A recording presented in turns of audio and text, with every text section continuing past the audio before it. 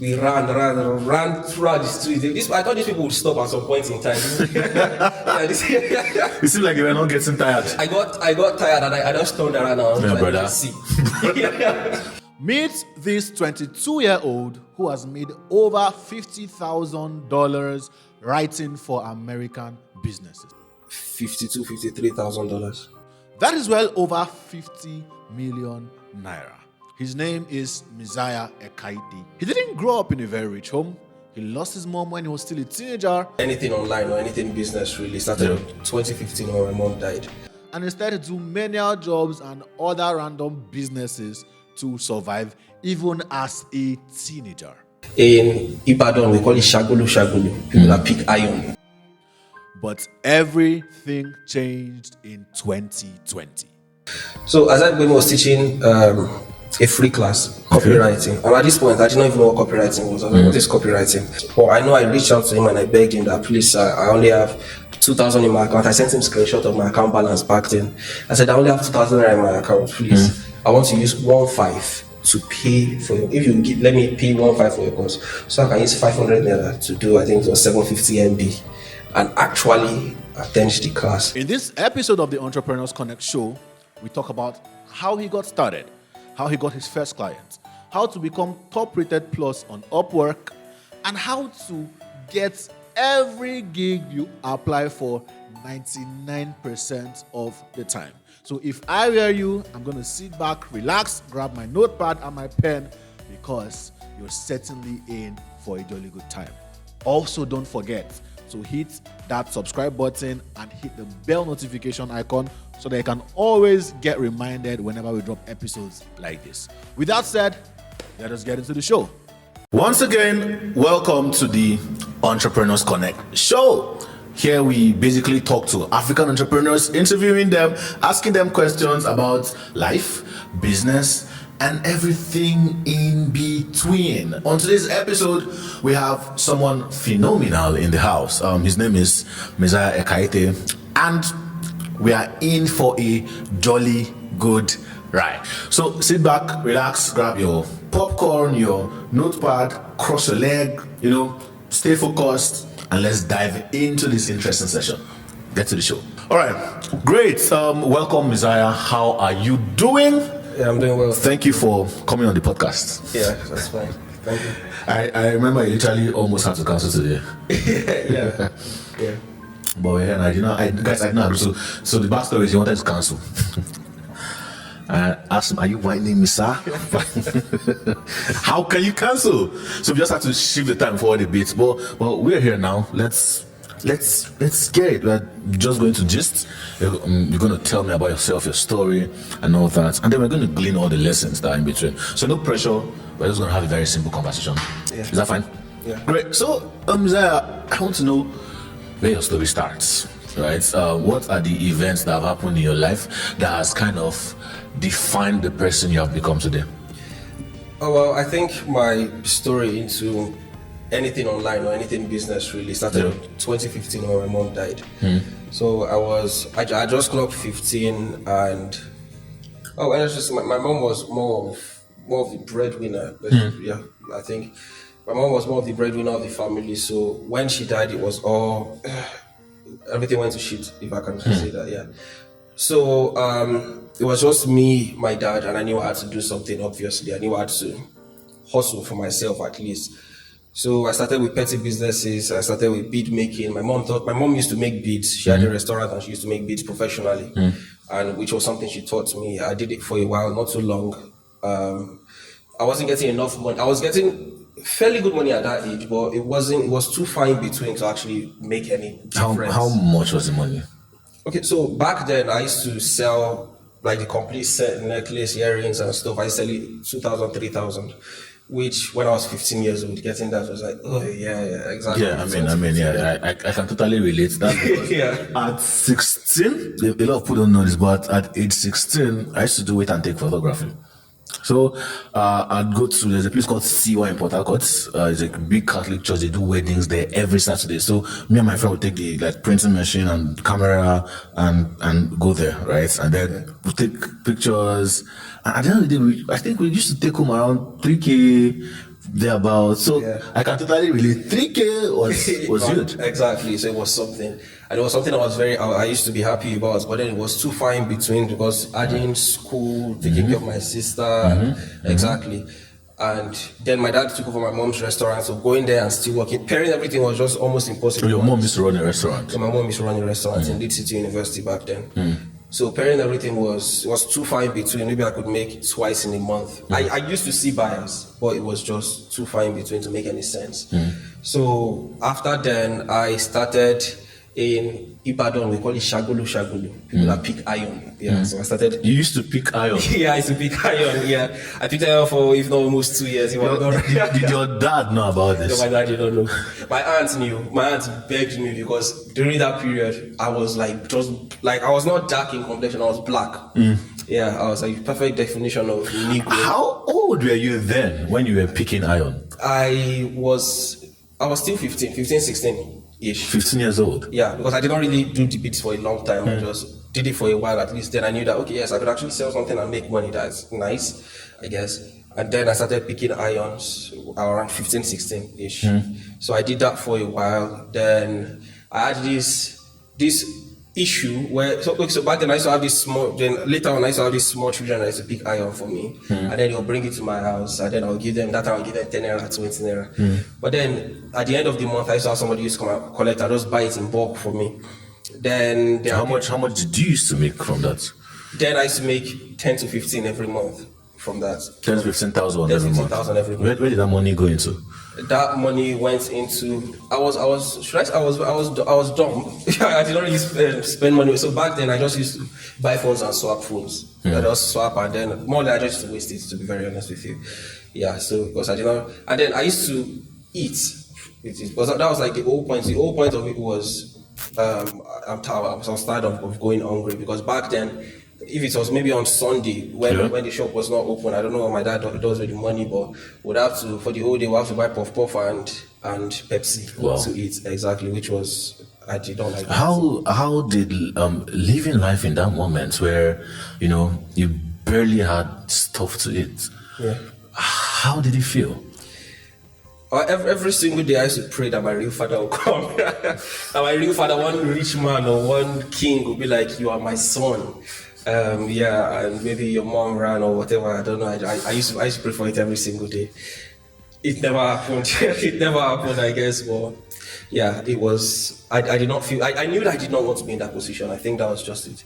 I knew that no, this is not who I am. This is not me. It was horrible. Where the house we were living in for 3 years till I left, till I came to Port Harcourt.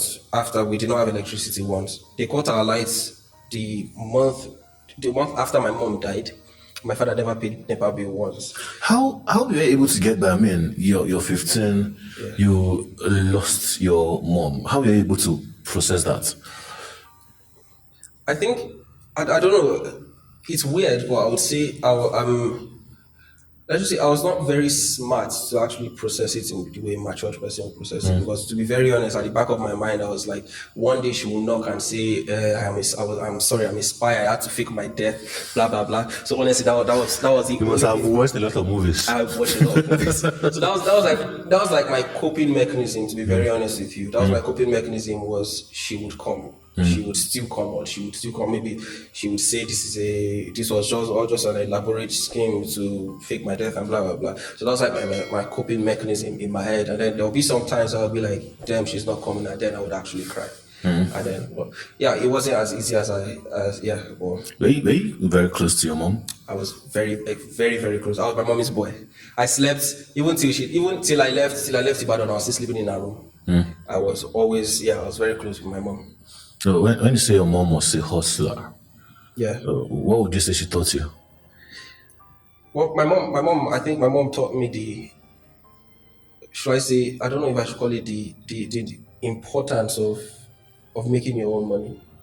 I guess because I saw a lot of women who were living off the West, who stayed at home, took care of the children, lived off the husband's stuff. But yeah, seeing my mom do that, it was, to be very honest, it was inspiring. At that point, I did not see it. because it was just like, mom is bringing all the money, but yes, she still can't buy me this thing that I want, you get that sort of thing. Exactly.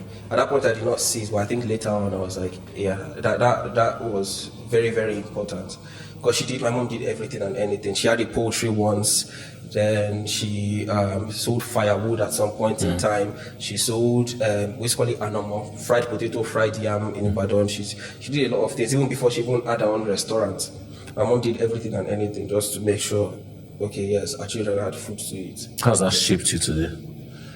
Well, let's just say I'm very family oriented. Like I said before, I'm very family oriented. Everything, as long as I try my best, I take care of my dad, I take care of my sister, I try to always be there when my family needs me, because that was something I saw my mom. My mom was struggling, she was trying her best, she was doing for us and still doing for her parents, and which was very, very inspiring. So yeah.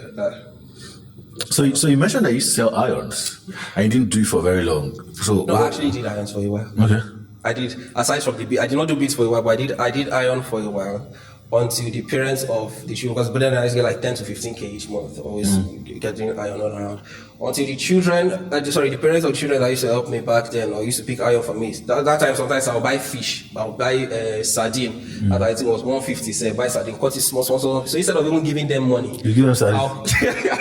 Instead of giving them money, I'll give them sardine, I'll give them fish, or I'll give them beef. That I just got buy from this mommy Babawale woman, and just boil it and then give them, instead of even giving them money, or maybe give them 20 naira, 30 naira. And these were young children, they were very happy about it.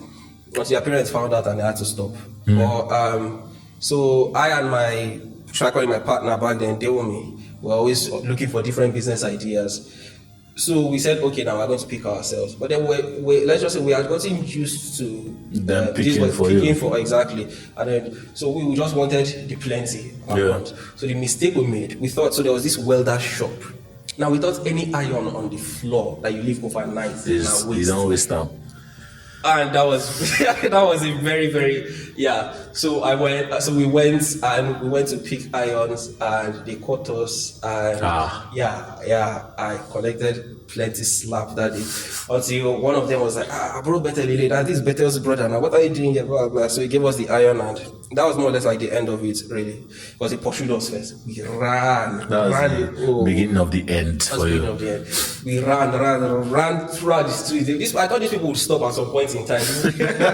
It seemed like they were not getting tired. They were not getting tired, and I was already getting tired. So actually, to be very, very honest with you, when I got tired and I just turned around and I was like, brother. See.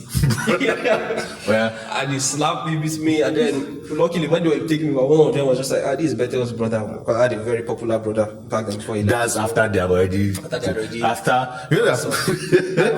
I hope they don't recognize you first. They first catch you, and they catch you first. Exactly. Exactly. And then at that point, I was like telling him that, all these things are waste now. It's not something you're still going to throw away. Like, no. All these things are things that you still pick from the floor, sold it, blah, blah, and stuff like that. So, daddy, now you know. So your dad did not know in all of this? Nah, my dad did not know. So what else did you do after, the iron business? So after the iron business, I started selling pigeon. I started catching pigeon. Yoruba call it eyele. I started catching pigeon. We used to sell it back then to Abalis. Yeah, I know. How old are you again? Back then I was 16 already. You're 16? I was 16. So at 16 you were doing... Yeah, I was already 16. So I was catching pigeons, and then we'll enter ceiling, pick their eggs, then catch birds. From the ceiling? Yeah, from ceiling. We enter ceiling. And then the ones that land on the ground, there's something that they call okababa. I think millet or something. So we put it on the ground. There's a way we used to tie the thread, go far away.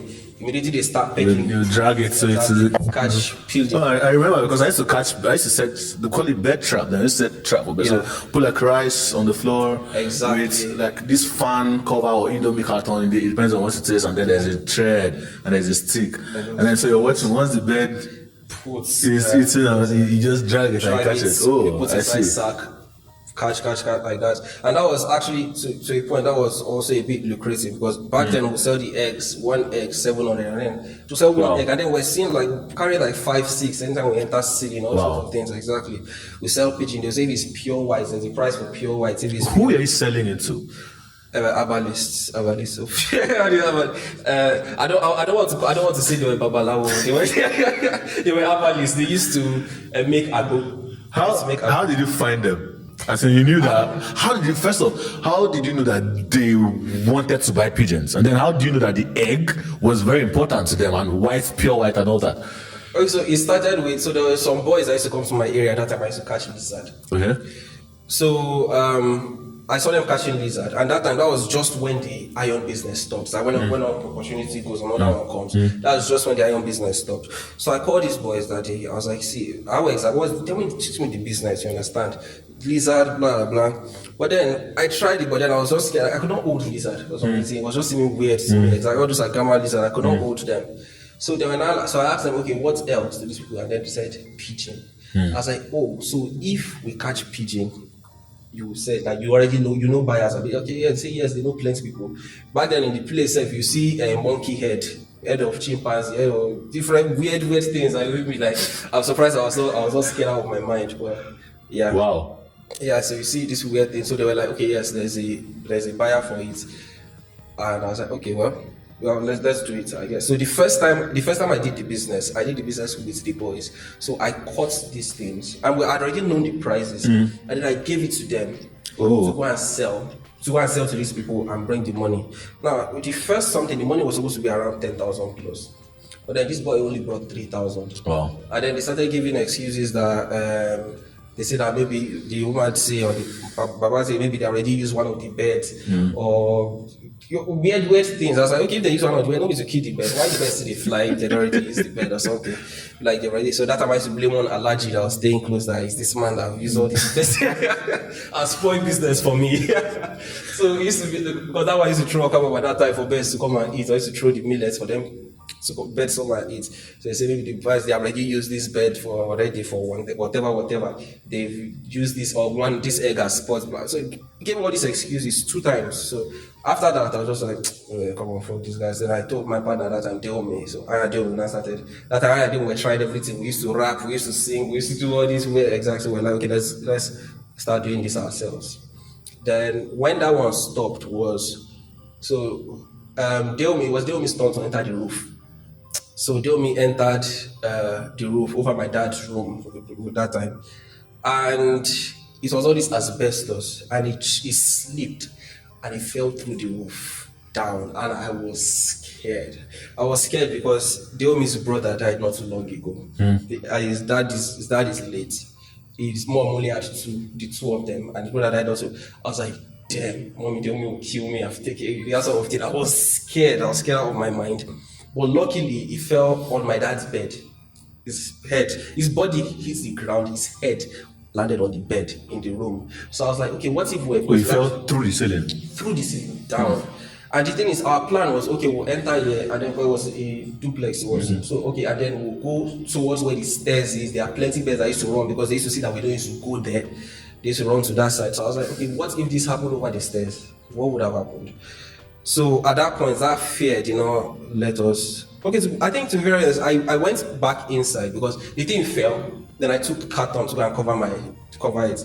So when my dad came in the evening, he asked, why is the ceiling in my room broken? I was like, Daddy, it was so surprising. All the beds gathered in one place. I don't know if they were doing meeting, but all the beds in the ceiling gathered in one place, and then it broke through that we should better pray. Maybe it's all this they are watching meeting. And then it was like, okay, so where's the bed? I was like, I caught all of them, and then I was like, that's my boy. I said, so you're the one who also entered the ceiling? I said, yeah, I entered the ceiling, I used carton to cover the whole place, I caught all the beds, so where I threw them away. I was like, yeah, that's very, very good. So that was where that story ended, so probably we'll also find out. We'll also find out what it seems like your dad will find out a lot of things. My dad used to be very, very strict. My dad is very strict. So I kept a lot of things from him, my business ventures from him. Because let's just say it was not what you would call a clean business. Picking iron, it's not a proud business. Let's call it that. It was not a proud business. But I honestly didn't mind. It was make the money anyhow, as long as it's legal. Make the money. So this business was brought to an end. This business was brought to an end after a while. So what did you do next? Luckily, I was already in SS2 then, and all my plan, okay, SS3, immediately I'm done, I would leave. So after that, I started teaching. I started teaching lessons. Oh. Yeah. So it seems like you're smart, so. Yeah, actually, I guess. So then I started teaching lessons, and so I used to teach lessons back then. And then I had this aunt, my late aunt, Auntie Mary, who owned a computer shop. So I used to go to her shop every day. So she used to have extra projects for me, either exams period, I would type exams, she would give me something, all those sort of things. And then back then I was just like, what they call it, German. I was just doing everything. In school, any opportunity to make money, I'm there. Maybe want to print something, I'm there. Any opportunity anywhere, really. I was always there. Just, and that's how it was. So you left Ibadan? Yeah, immediately after work, I left Ibadan. What year was this? That was it 2017 or 18-ish? Yeah. Now you came to Port Harcourt. And then I came to Port Harcourt. Did you know anybody in Port Harcourt when you came to Port Harcourt? Back then I had two brothers in Port Harcourt. So yeah, I had two brothers in Port Harcourt. So one of them had already graduated since and teaches tutorials in the University of Port Harcourt. He has a lot of students. And then Bethel was in his final year or third year in political science. Yeah, so I had two brothers and I stayed with one of them. So you got admission in Yeah, I got admission in microbiology. Microbiology? Yeah. How did that go? That went, family pressure, nobody wants to study. I mean, you're smart, you're this thing. Because back then I used to pass all these competitions, my jam was high, my work, I was, let's see what you would call a brainy kid, I guess. And I had siblings who were first class, who were going on that exactly. My siblings were also very smart. So yeah, let's just say, should I say, push me to pharmacy. So like, no, you have to study pharmacy. But then I wanted something that I could do and hustle. Microbiology seemed like something I could do and hustle. And still find. When you say do and hustle, do you want to open that up a little? What do you mean by something you could do and hustle? Like I said, I've always been a hustler, and my dad couldn't afford, still can't afford to send me to school. He can't pay my fees, he can't exactly. So I needed something that I could do. So you wanted to be able to do business by the side as well, while you school? I also pay my school fees, and stuff like that. Yeah, so that's what I needed. Well, it wasn't. They weren't very receptive to it. So they wanted you to do pharmacy regardless. They were like, you're smart enough to do it. Why are you wasting your time? So you switched from microbiology. Yeah. After how long? After 2 years. Wow. Yeah. So did you continue year 3 pharmacy, or you wrote jam again? Yeah. Sought for admission again? Jam again, sought for admission again. And you started afresh? Yeah. Crazy. Yeah, crazy. Yeah, crazy. How did that go? It was, I guess it was just, I don't know. I'd already had to call it some slightly bad memories in microbiology. So yeah, at that point I was happy to leave. At that point, because when I didn't even have clothes, I didn't have good clothes. I remember once when my brother Bethel gave me clothes to wear.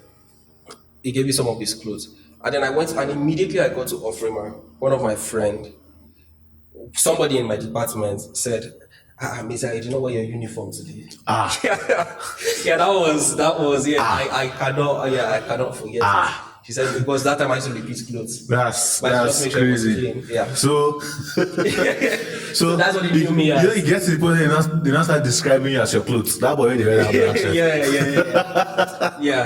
Yeah, exactly. So Messiah, you know what, your uniform today, and it was, if it's like it was just hard, then I would have been like, oh well. Actually, I just laughed and passed because that was just me. But we're signing attendance, so it's where everybody was. So everybody did. So, and then she said it.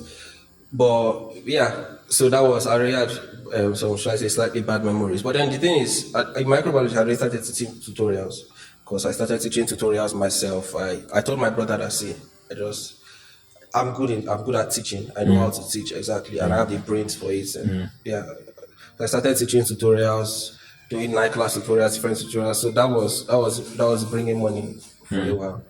That was bringing at least enough to survive. So yeah. And then I moved to pharmacy, and pharmacy was not, I guess. So, okay. What would you say was the turning point in your life in all of this? Maybe Corona, I guess. Corona.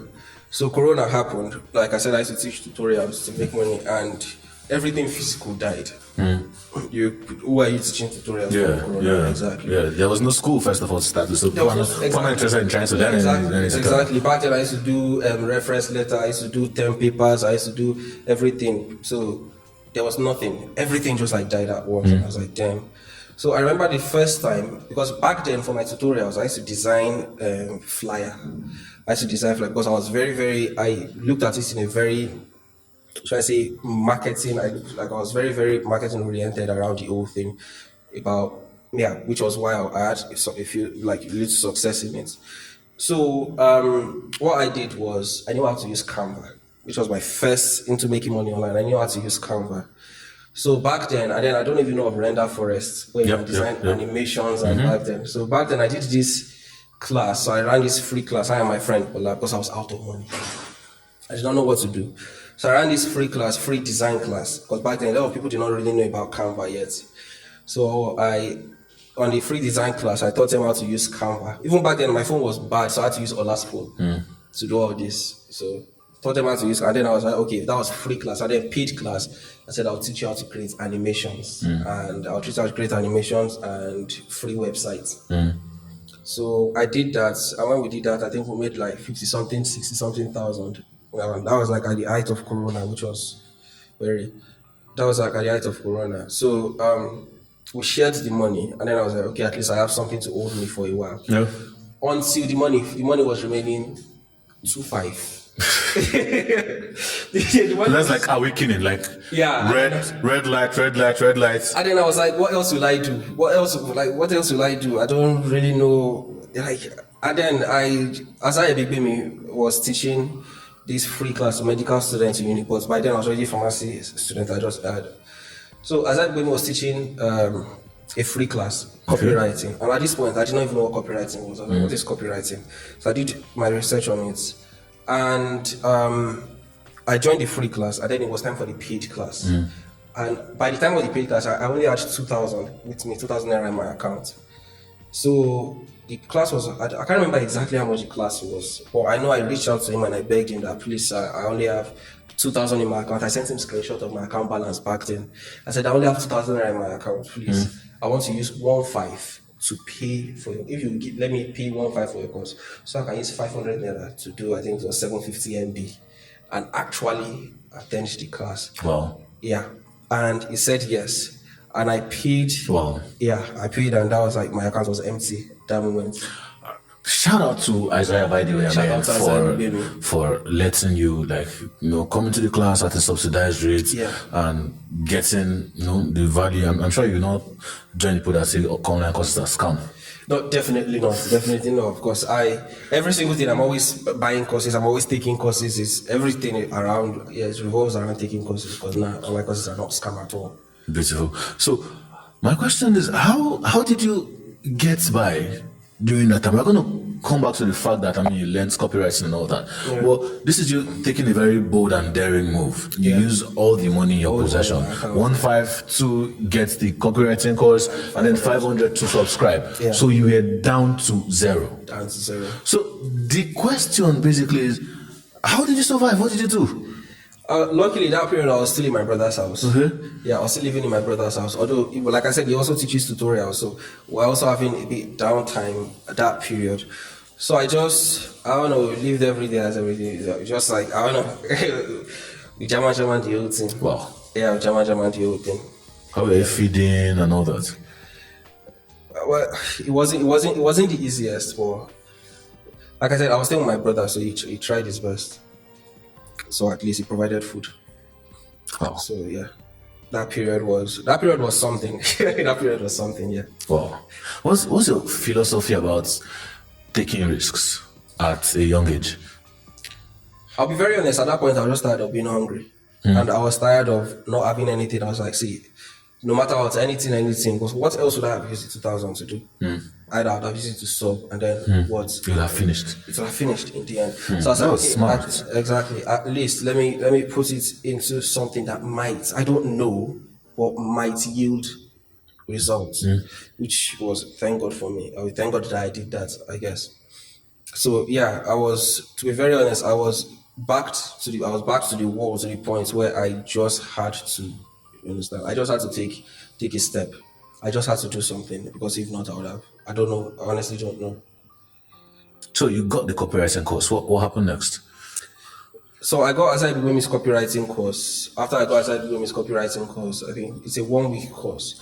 But then at the end of the course, I realized that it wasn't, should I say, enough? Let me put it like that, because it wasn't a high ticket course that teaches you everything. It was low tickets, but then it helped people get into the, oh, okay, yes, you know this exists, you understand. It gives practical steps on actually like get shit done. But I knew I wanted more. You understand? I was not looking for the small money. I knew I wanted more, no matter how long it took.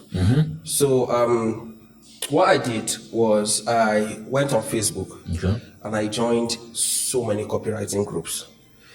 And then anybody who posted that posted from a point of authority. Now, basically, you either post as from a point of authority, or a point of leadership. Okay, yes, I know what I'm talking about. Or you post as you're learning, as I'm learning, I'm posting what I'm learning, exactly, that sort of thing. So for every single person who posted from a point of authority, I reached out to them. And I reached out to a lot of people. I reached out to a lot of Nigerians. I reached out to a lot of Europeans, North Americans, everywhere. And luckily, I got a Canadian copywriter replied to me. And yeah, it was, should I say, pleased. Because what I did was a lot of people will reach out to me and be like, okay, please, can you teach me?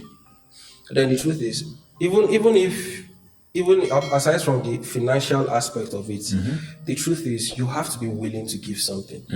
And that's just the truth.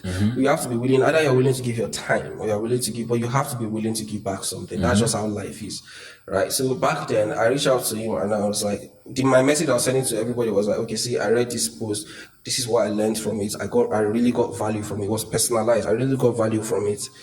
But if you can teach me, or if you can mentor me, right? Any job that falls off your plate. Now, I'm not asking you to give me a job and then you pay me for the job. I'm telling you that any job you give to, any job that you falls off your plate or that you don't have the time for, I will do it for you for free. You keep the money.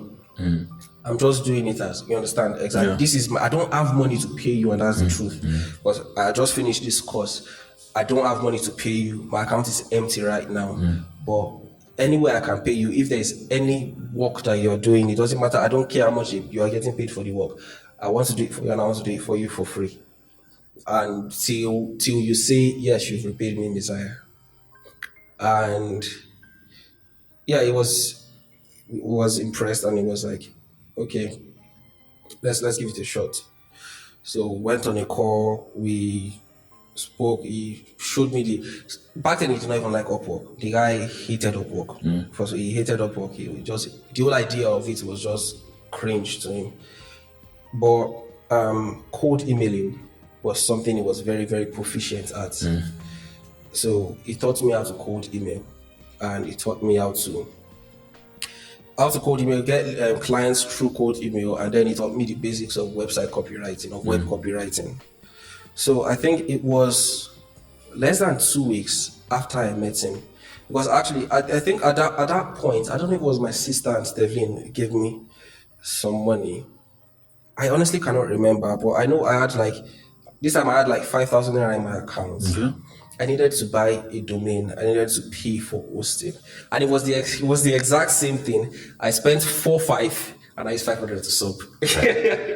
That's interesting. Yeah, I spent, because it was like, okay, you buy a domain and you buy it, and then I was like, how do I really need this thing? Do this thing work? But then I was like, damn, what else do I have to lose? I am here, you understand? I've knocked on the door, you've opened the door, you're just telling me what I need to come in.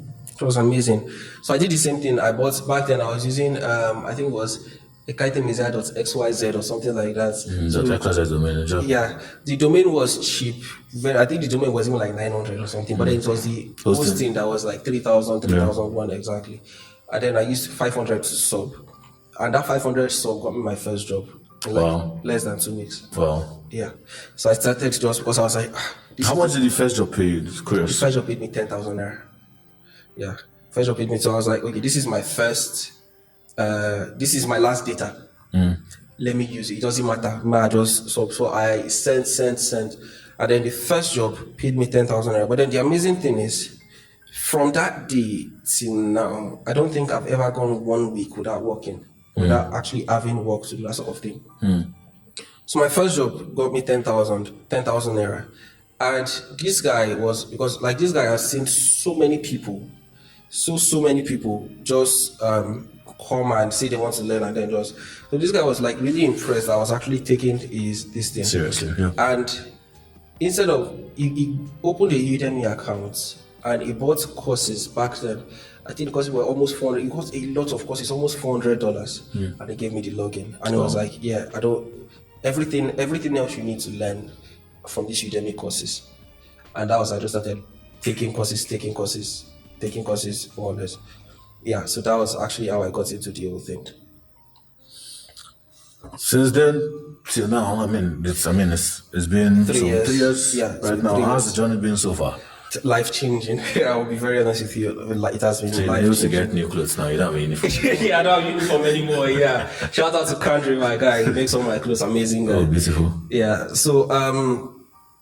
So back then, I think after my first job, 10,000, the week after, or the 2 weeks after, I got the 30,000 naira job. Okay. Then it got to the point I got up to 200,000 naira job copywriting. And the amazing thing is, these were even Nigerian clients, which was something that I was very, very surprised. Like, you've never seen me before. You understand? It burst my brain, like cold emailing. I was still in Port Harcourt, reaching out to businesses in Lagos, reaching out to businesses exactly. And these guys, they will hire me. Some of them will pay half before I even started working. And back then, what I was doing was I was writing website copy, I was writing newsletters, I was writing blogs, more or less. I had an all-round service. Yeah. I made sure I packaged my whole thing well. I had this whole resume stuff, blah blah blah, sort of thing, portfolio and all. So and then after I got a job, 200K, and then like that, and then it got to a point I got a retainer, a 25,000 naira per month retainer, which I did for a while. And after 6-7 months, I was like, okay, well, let's join Upwork. Right? I'm tired of working with Nigerian clients. But then anytime I reached out to foreign clients, that time Yahoo was on the rave, yeah. So anytime I reached out to foreign clients, my emails got blocked. Or there was this thing that he taught that from all the courses I was taking, how to get emails. Once you see Nigeria is like blocked IP. Oh. And it happened like so many times. At that point, I was just like, okay, see, the easiest entry into the foreign market would be through Upwork. So I remember back then, I reached out to Isaiah Bigwemi to please forward me all the course notes, because I already lost the course notes by then. Forward me all the course notes. And he was kind enough to do so. Wow. If I'm telling you, amazing man. So he forwarded me the course notes. I opened my Upwork account. I started pitching, and it took me 13 proposals. I exhausted all my connection requests. Connect, yeah. I've not pitched on Upwork for a long time. I exhausted all my connects back then. So then my fight, I don't know why it's always is like when I'm like that down point, I'm like, damn, what next? That's when it just like kicks off. So it was my last connect. I pitched for this job, and then it was like $15 job, and I got the job. When I got the job, Upwork to their percentage gave me $12. I just used all that $12 to buy connects. I did not even take any money for myself. I did not withdraw 5 naira. And I'll be very honest with you, I was tempted. Because at that point, there was no other, you understand, there was no other, I was tired of Nigerian business. I was like, okay, let me focus on this Upwork stuff. And then I used the entire $12. Back then, $12 was 40 connects. And I bought 40 or 60, and then I bought $12 worth of connects. And I was like, okay, well, it has worked once, it will work again. And then that was just, I think my second job paid me maybe $300 or something. Wow. Yeah, I got invited, but that was a long time. But then if you see my testimonials, because back then I used to overdo. My testimonials used to be like blog page. Like the reviews I get from clients are usually like 400 words long, like amazing reviews. So that was really, really helpful. So becoming top rated on Upwork right now. Top rated plus. Top rated plus. Just look at pride. You have to emphasize that. Now, so becoming top rated plus on Upwork, you know, your story sounds sweet. But what does that journey look like from just getting into Upwork to becoming top rated plus? Yeah, it actually took me 2 years to become top rated plus. Because to become top rated plus, you need to have one client who has paid you $10,000, which is not something you would see, you understand? So it got me a while. Yeah, I don't know what the thing. This crazy thing about it, I was never rising talent because I did not know there's something you have to do on Upwork. This like a test or something. I have to take, and then you become rising talent. And then after I become rising, but I did not know. I did not even know about until after I already had everything to become top rated. And then I was like, why am I not top rated? And then I took the whole thing, the score something, and then I became top rated. Then to go to top rated plus, it took 2 years. 2 years, but yeah, I was able to get a job that paid $10,000 at once. So yeah, it took its time. It took its time. So how much have you made from Upwork since then? From Upwork alone, I made around $53,000. Yeah, $53,000. But then I've also worked outside Upwork I've worked outside Upwork. Yeah, I got paid through PayPal. There are companies that because what I used to try to do was when I get a job, I try my best to impress so it's long term. Yeah. When it's long term, I take them out of Upwork because of Upwork's 20%. But then when I became top rated plus, they cut it down to 5%. Lucky me. So yeah, I've made around $53,000 on Upwork. If you combine Upwork and every other thing you've done so far, how much would you say you're at right now? If I combine Upwork and everything outside, probably 70,000, 80,000. It's for $80,000 if I'm not wrong. How has that impacted your life and everyone around you? Okay, well, I think my most proudest achievement, continuous achievement, is the fact that right now, let me just say my dad is on his salary. I put my dad on his salary. I take care of my dad every month. How old are you right now? I'm 20. I clocked 22 2 months ago. Yeah. Okay. I've been taking care of my dad for, I think, 2 years now. Okay. Yeah. So make sure I send my dad money every month. And then my younger sister, also make sure I send my younger sister money every month. Then, more or less, I'm always available for any time. Okay, the family need. This is Nigeria. We know how it is. Yeah. Family stuff. Exactly. I'm always the first. I'm always the first to pitch in. But one thing that I'm very, very proud about is till today, for the last 2 years, if I'm not wrong, I've been able to take care of my sister. I've been able to take care of my dad. I've also left Nigeria. The first time I left Nigeria, I was 19. Where did you go to? I went to Benin Republic then for a tour, a 7 days tour. It was amazing. It was my first time in plane surf. It was, yeah. And my dad did not know until a day before I wanted to travel. And I called my dad and I was like, Daddy, I'm going to Benin Republic tomorrow. I don't know, maybe he thought that maybe it's all those I wanted to pass there and enter Saudi and enter US. So he was very worried. He was like, what are you going for? Is that not wasting money? Blah, blah, blah, blah. But I had a long-term plan. So I went there. I enjoyed my 7 days. I spent 7 days, 7 days in Benin Republic, 5 hotels, 5 cities. It was really it was an amazing experience. And it opened my eyes to, okay, what I want. The kind of life you wanted. The kind of life I wanted. Have you visited any other countries since then? Yes, I've been to Egypt. I've been to the United Kingdom. A lot of people know the United Kingdom actually consists of 4 countries. I've been to 2 countries in. Which country? That's England and Wales. Wales. I've been to England and Wales. I've been to Egypt and I've been to Benin Republic. So, what would you say the 3 things you've learned so far in doing all of this?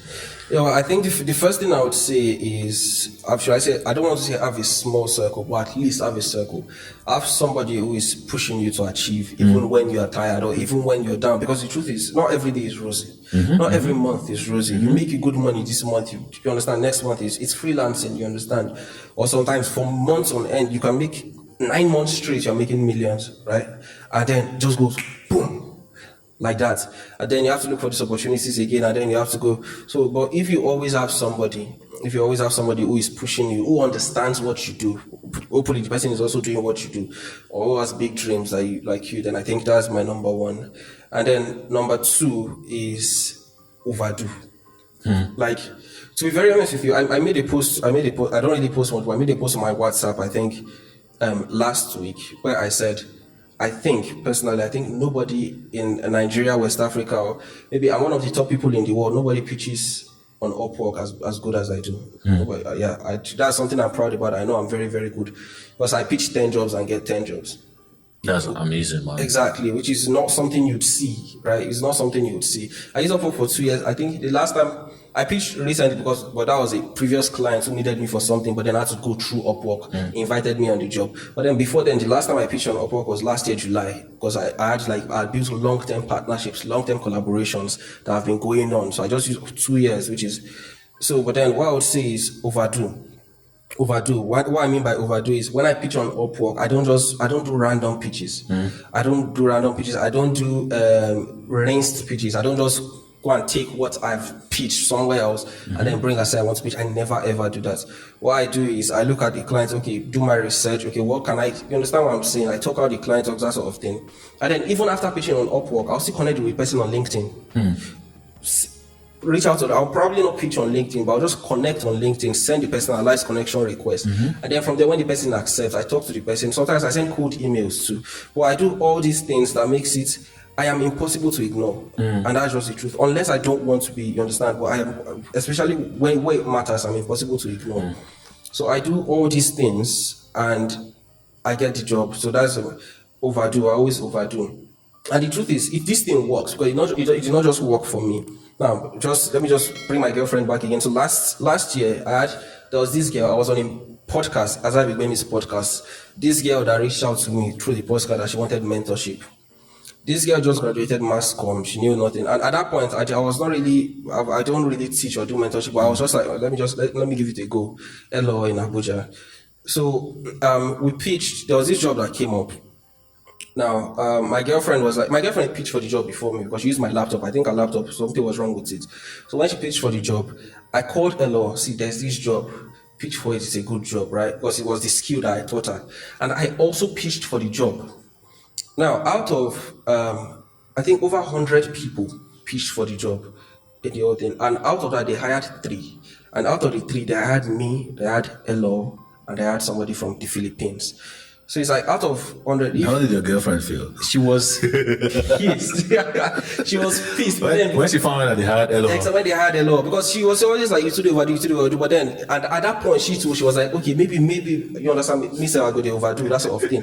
And then the job this was Elo's first job as a freelancer, and he paid her 1.2 million per month. Wow. And he paid her this for 7-8 months straight. Wow, that's literally life-changing First for her. time ever. You get what I'm trying to say? First job ever. This girl was technically a rookie, and she used the exact same way I sent my proposals. That was the exact same way she made her proposal, and then the overdo way I normally do overdo. And then out of 100 people, they choose 3, and out of that 3, 2 is from me. Then it's not a fluke. You understand? It's not a fluke. So number 2, always take the extra effort, because the truth is it matters. These clients might say no, right? But the thing is, the one that will say yes will. And it is the exact same thing. There was this, like I think I told you, I was named Chief Operating Officer of Alternatives. Yeah, that was this past week. And it was more or less roughly the same thing. So I saw this job post was hiring it was actually a chief marketing officer role. Hiring for a chief marketing officer role. Now, out of all the responsibilities, there were only 2 that I had zero idea about. Yeah. But then I also knew I could easily buy a Udemy course and finish 2 Udemy courses over the weekend, and I'm done. I know these things because I'm a fast learner. So I reached out to this person. It was very fucking personalized. Reached out to him, and he invited 25 people for the job, but then also allowed other people to pitch. And then there were like a lot of people, I think over 50 people. And I am pretty sure, I am very, very sure, over 50% of those people had more qualifications than I did. Because this was just out of the blue. I saw it and it was something I liked, and I was like, it will look good on my portfolio, and it will also pay well, right? And then I pitched for the job, and he replied to me almost immediately. And it was like, wow, this is You understand? He's not used to seeing stuff like that. He's not used to seeing anybody go over the edge for something that doesn't. You get what I'm trying to say? But I treat your business like mine. Yeah. Because when you win, I win. That sort of thing. Exactly. So yeah, always overdo. That's my number 2. And number 3, I don't even know how to call. You've shared like 5 lessons inside those. Exactly. I guess. Number three, I think number 3, maybe nobody is perfect. I fail a lot of times. There are a lot of, I fail too many times that people outside don't see, and then they're like, oh, you're always working too hard. I actually think I'm lazy. I am very, very lazy, but then a lot of people see, maybe the little that they see, they think that, oh, damn, this is why they work or something like that. So I think allow yourself to fail. I think that'll be the third thing. Allow yourself to fail, because I have failed so many times. And anything that is not good for your mental health, quit. Because this year, I quit a 1 million naira per month job because it was messing with my head. Yeah, that was March, April. The job paid 1 million naira per month. And the crazy thing is, I only had to work 4 hours per day. Now, I had to work 4 hours per day. That's roughly 15 hours in a week. That's 3 hours per day. I only had to work 15 hours in a week. And in a month, it was paying me 1 million. And this job actually allowed me to use AI. Actually, they even subscribe AI, give me self, that sort of thing, exactly. And all these things. But some reason it was messing with my head. I was it was not just it for me. Right? When she was messing with your head, what do you mean exactly? It was, I don't know if I would say I let imposter syndrome get the best of me. I don't know if I would call that. But okay, the truth is, I had too many engagements. Exactly. So you had all that gigs. Yeah, I had too many engagements, and I don't know. It was I don't know, for some reason it was just messing with my head, and he paid 1 million naira a month. So I was like, oh well, fuck it. There will definitely be opportunities. That's not the first time I'm getting called an opportunity. There will definitely be one. So I think prioritize your mental health over anything else. I'm always inside my house. I am almost always alone. I don't really have friends. My girl, my best friend. But prioritize your mental health. I think that would even override whatever I said for number 3. Before that's number 3. Prioritize your mental health. So thank you very much, everybody. Messiah, this has been an insightful, awesome, interesting conversation we had, and we have to do episode 2. I mean, so in episode 2 we're going to do like a deep dive where we're going to now explore freelancing proper. How can Africans, Nigerians, people who are interested in wanting to make money off freelancing, how can they do it? What are the steps they could take, and useful tips and advice you could give to them? So we have to do that special episode.